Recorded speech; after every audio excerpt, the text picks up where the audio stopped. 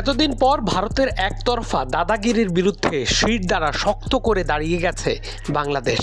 সীমান্ত হত্যা কমেছে এ কয়েক মাসে। চোখে চোখ রেখে বাংলাদেশের অকুতোভয় সৈনিকরা সীমান্ত পাহারা দিচ্ছে। ঘুম হারাম হয়ে গেছে মোদির। এবার নতুন আতঙ্ক চিকেন নেক, 7 বোনের রাজ্য হারানোর শঙ্কা। সীমান্ত ঘেঁষা লালমনিরহাটে বিমানের বেজ ক্যাম্প গড়া নিয়ে এবার অনেকটাই নড়ে চড়ে বসেছে ভারত। এশিয়ার দ্বিতীয় বৃহৎ বিমান ঘাঁটি হতে যাচ্ছে লালমনিরহাটে। সম্প্রতি সামাজিক যোগাযোগ মাধ্যমে এমন খবর ছড়িয়ে পড়লে ব্যাপক কৌতূহল তৈরি হয় জনমনে। সবচেয়ে বেশি প্রতিক্রিয়া দেখা গেছে ভারতের বিভিন্ন মহলে। ভারতের শিলিগুড়ি থেকে মাত্র 12 কিলোমিটার দূরে অবস্থিত লালমনিরহাটে যদি বিমান ঘাঁটি নির্মাণ হয় তাহলে সেটি হবে ভারতের মাথা ব্যথার কারণ। এই শিলিগুড়ি করিডোরের সরু চিকেন নেক দিয়ে ভারতের মূল ভূখণ্ডের সাথে তাদের পূর্বাঞ্চলীয় 7টি রাজ্যের সাথে যোগাযোগ রক্ষা করা হয়, যা 7 সিস্টার্স নামে পরিচিত। বাংলাদেশের কৌশলগত নিরাপত্তার জন্য এই বিমান ঘাঁটিটি অত্যন্ত গুরুত্বপূর্ণ হিসেবেও তুলে ধরা হচ্ছে রিপোর্টগুলোতে। এই বিমান ঘাঁটি ভারতের চিকেন নেকের ওপর এখন নিঃশ্বাস ফেলছে বলে উল্লেখ করা হয়।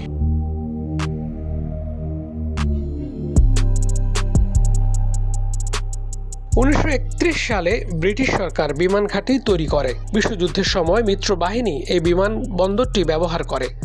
1945 সালে যুদ্ধ শেষ হওয়ার পর এটি অব্যবহৃত ছিল দীর্ঘদিন। দ্বিতীয় বিশ্বযুদ্ধের সময় ব্রিটিশ লালমনিরহাট বিমানবন্দর গড়ে তোলে। 1947 সালে দেশভাগের পর পরিত্যক্ত হয়ে যায়। এরপর 1957 সালে স্বল্প পরিসরে বিমান পরিষেবা চালু হলেও তা বেশি দিন স্থায়ী হয়নি। দেশ স্বাধীন হওয়ার পর 1983 সালে বিমান বাহিনী কর্তৃপক্ষ এখানে কৃষি প্রকল্প গড়ে তোলে।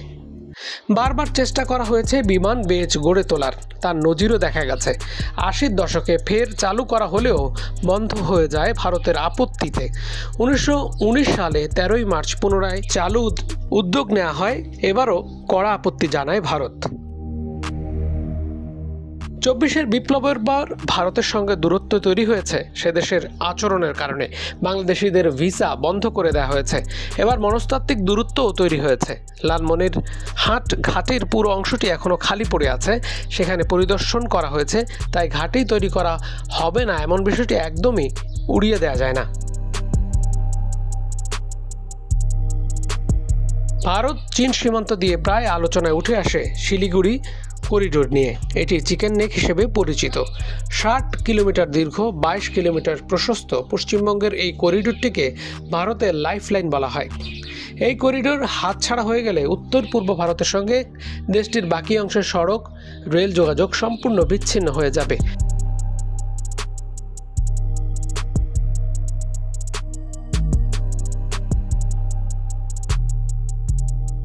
ভারতও এ বিষয়ে সতর্ক, দ্বিগুণ নিরাপত্তা বাড়িয়েছে। কৌশলগতভাবে ভারত এই অঞ্চলে বাগডোগরা ও হাসিমারার 2টি বিমান ঘাঁটি তৈরি করেছে। এর উদ্দেশ্য হল করিডোরের পূর্ব এবং পশ্চিম প্রান্তকে অতিরিক্ত সুরক্ষা দেয়া। এই করিডোরের পশ্চিমে বাংলাদেশের অবস্থান। ভয়েস অব আমেরিকা বাংলা সে সময় জানিয়েছিল, চিকেন নেক ইস্যুতে চীন এবং ভারত উভয় দেশই বাংলাদেশকে পাশে পাওয়ার জোরালো চেষ্টা অব্যাহত রেখেছে। এই চিকেন নেক থেকে 160 কিলোমিটারের কিছু বেশি দূরত্বে লালমনিরহাটের আলোচিত বিমানবন্দরটি অবস্থিত। 2019 সালে সে সময়ের বিমান বাহিনীর প্রধান air chief marshal Mashihuzzaman Serniabat Lalmonirhat বিমানবন্দর পরিদর্শন করেন। এরপর বিমান বাহিনীর প্রকৌশলীদের সঙ্গে নিয়ে পুরো বিমানবন্দর ঘুরে দেখেন এবং সম্ভাব্যতা যাচাই করে সেনাবাহিনী, বিমান বাহিনী ও সিভিল প্রশাসনের ঊর্ধ্বতন কর্মকর্তা নিয়ে সভা করেন।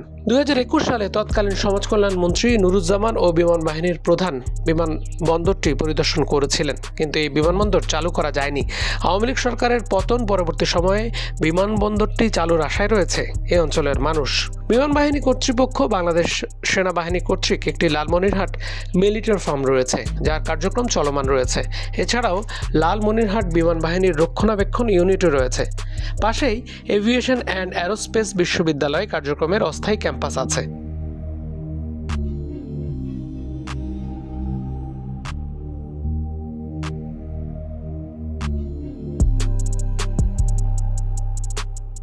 স্থানীয়দের আশা বিমানবন্দরটি চালু হবে এবং সেখানে এয়ার বেস গড়ে উঠবে। যার ফলে বাংলাদেশের স্বাধীনতা সার্বভৌমত্বের জন্য হুমকি হয়ে দাঁড়ানো যে কোনো দেশের বিরুদ্ধে শিরদাঁড়া করে আবারও উঁচু গলায় কথা বলবে বাংলাদেশ।